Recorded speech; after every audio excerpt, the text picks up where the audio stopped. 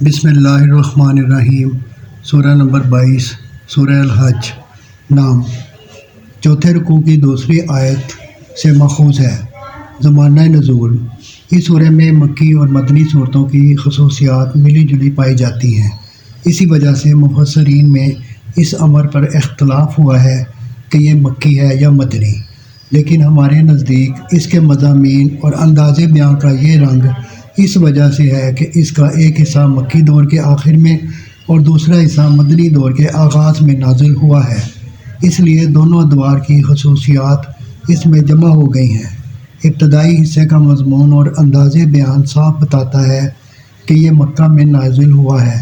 اور اغلب یہ ہے کہ مکی زندگی کے آخری دور میں ہجرت سے کچھ پہلے نازل ہوا ہو۔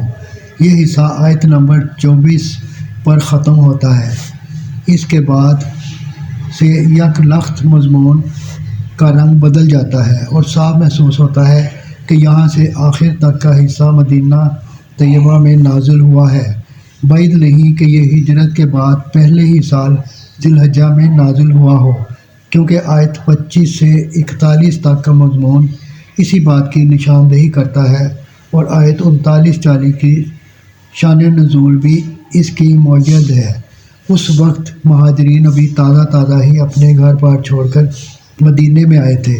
حج کے زمانے میں ان کو اپنا شہر اور حج کا اجتماع یاد آ رہا ہوگا، اور یہ بات بری طرح کھل رہی ہوگی کہ مشرکین قریش نے ان پر مسجد حرام کا راستہ تک بند کر دیا ہے۔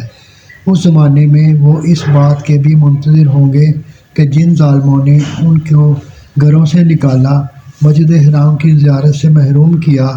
اور خدا کا راستہ اختیار کرنے پر ان کی زندگی تک دشوار کر دی، ان کے خلاف جنگ کرنے کی اجازت مل جائے، یہ ٹھیک نفسیاتی موقع تھا۔ ان آیات کے نزول کا ان میں پہلے تو حج کا ذکر کرتے ہوئے یہ بتایا گیا ہے کہ یہ مسجد حرام اس لیے بنائی گئی تھی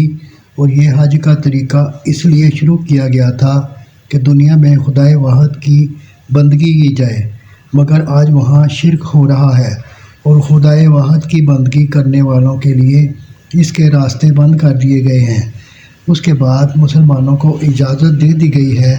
کہ وہ ان ظالموں کے خلاف جنگ کریں اور انہیں بے دخل کر کے ملک میں وہ نظام صالح قائم کریں جس میں برائیاں دبیں اور نیکیاں فروغ پائیں۔ اور دوسرے اکابر مفسرین کا بیان ہے کہ یہ پہلی آیت ہے جس میں مسلمانوں کو جنگ کی اجازت دی گئی، اور حدیث و سیرت کی روایات سے ثابت ہے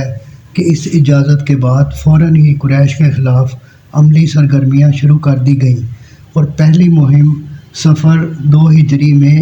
ساحل بحر احمر کی طرف روانہ ہوئی، جو غزوہ ابوا کے نام سے مشہور ہے۔